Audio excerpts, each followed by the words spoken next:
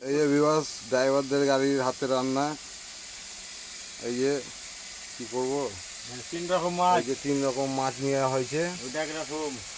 এখানে কি কি মাছ আছে? ওখানে আছে বোয়াল, আর বোয়াল আছে, আর আছে চিতল আছে, চিতল। আর এখানে নেওয়া হয়েছে পাবদা মাছ।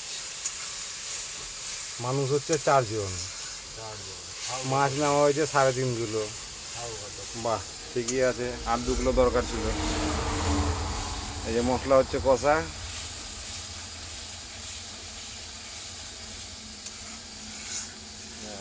ক্যামেরা খারাপ হয়ে গেল।